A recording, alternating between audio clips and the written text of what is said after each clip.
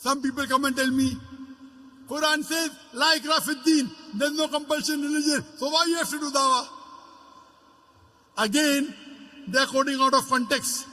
What they're quoting is a verse of the Quran of Surah Baqarah, chapter number 2, verse number 256, which does say, la ikrah fi din, there's no compulsion in religion, but they put a full stop where there's no full stop. The verse continues, there is no compulsion in religion, truth stands out clear from error. And whoever has rejected the evil one has held the hand of Allah subhanahu wa ta'ala, which is the strongest and the best.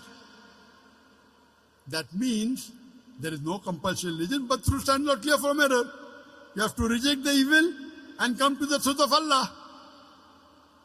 You cannot force anyone at the point of the sword or point of the gun and ask him to accept Islam. That's not allowed in Islam. But you have to convey the message. Convey the message. If they don't accept, then you can say la ikrah fi din. That doesn't mean they don't convey and say la ikrah fi din.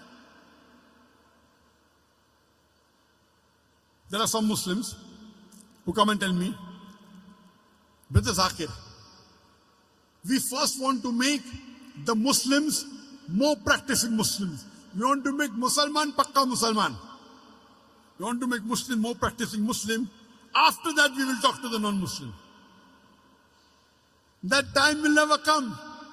You cannot say I want to make all the Muslims 100% practicing Muslim and then I'll do dawah. That's not what a prophet taught.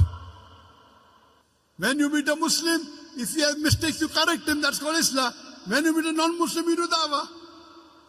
In the Hajjatul Wida, in the farewell pilgrimage, Hajjatul Wida, in the talk, the khutbah, the Prophet asked the people, did I deliver the message to you, to the Sahabas?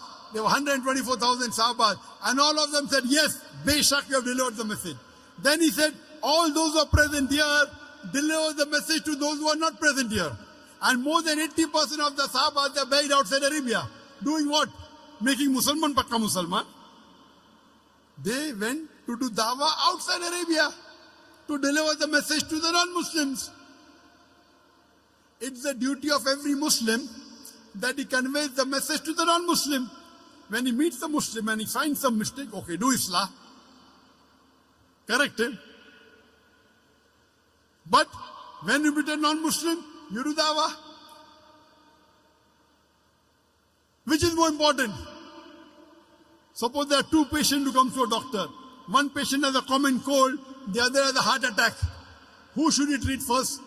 The patient with a common cold or a patient with a heart attack?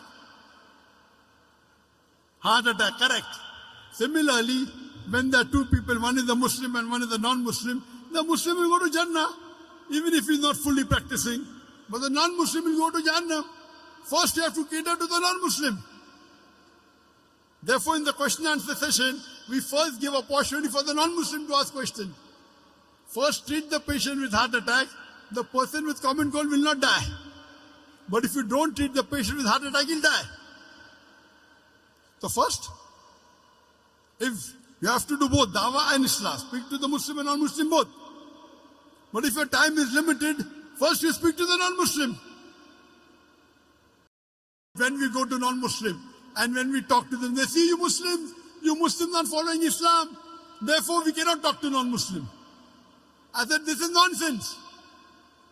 I don't agree with them. Do you know today, the Christian missionaries, there are hundreds of thousands of Christian missionaries throughout the world. They are knocking at the doors of the Muslim. And do you know, most of them, they drink alcohol. Do you drink alcohol? They drink alcohol. Who's better, you or they? We are better. Many of them do adultery. Do you do adultery? No. Who is better, you or them? We are better. With all the drawbacks, drinking alcohol, doing adultery, doing flirting, yet they are converting thousands of people to Christianity. Why are you afraid? You are only giving excuse for not doing the job. You know why? Doing dawah to a non-Muslim is more difficult. To a Muslim, even if he doesn't like it, he won't retaliate. The non-Muslim will retaliate. So you want the easy way out. Only giving excuses.